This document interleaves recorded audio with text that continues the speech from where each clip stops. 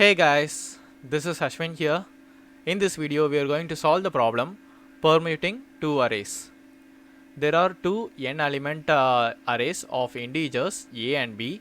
So both the array of size n, permute them into some a dash and b dash such that the relation a dash of I plus b dash of I greater than or equal to k. So this should holds the condition, holds for all I where I is in the range of 0 to n, and there will be q queries consisting of a, b and k.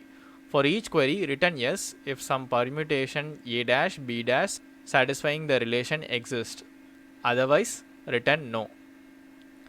So we have to say yes if we have a output, or else we have to return no. So in this example, we have 0 1 and 0 2, we have k equals 1. So what we are going to do is we are going to sort the array A in ascending order and array B in descending order. So if you do that means we'll be satisfying this condition. So for this example, if we do that means so 0 1 and 2 0. So if you add both of these things, it will satisfy the condition.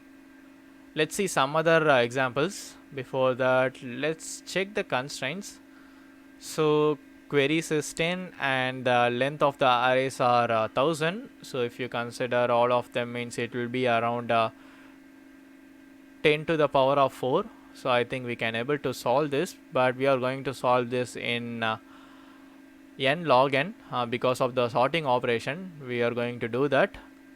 So here for this example, we have arrays of size 3 and the total should be greater than or equal to 10. So if you sort the first array, it will be 1 2 3, and it will sort the second array in decreasing order. It will be 9 8 and 7.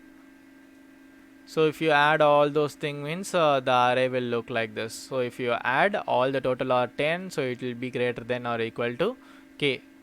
And for this array, I think it doesn't satisfy the condition. So the total should be 5. If you saw this array 1 1 2 2 and 4 3 3 3 3.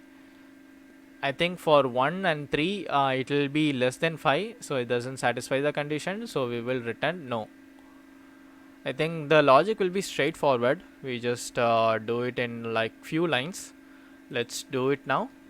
First we have to sort the array in ascending order, that is array A dot sort, and we have to sort the array in descending order for B. So B dot sort reverse equals true. Now we have to check for the condition for I in range of len of A. So both are equal number of elements, so we can have any array to calculate the length.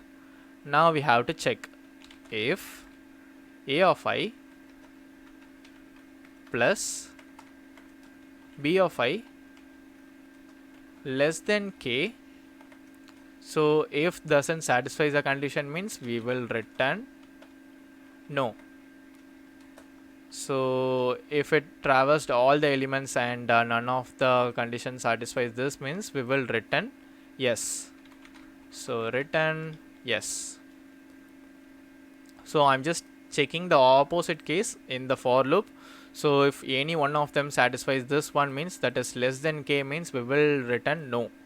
That means the condition didn't satisfy for our problem, and if this didn't execute means at the end we will return yes. That means all the sum are greater than or equal to k.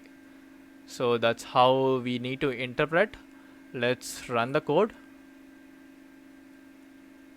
It passed the sample test case. Let's submit it. Think it will solve the problem. Yes, it solved the problem. If this video is helpful to you, hit the like button and don't forget to subscribe the channel and share the video to your friends if this is helpful. See you guys in the next video.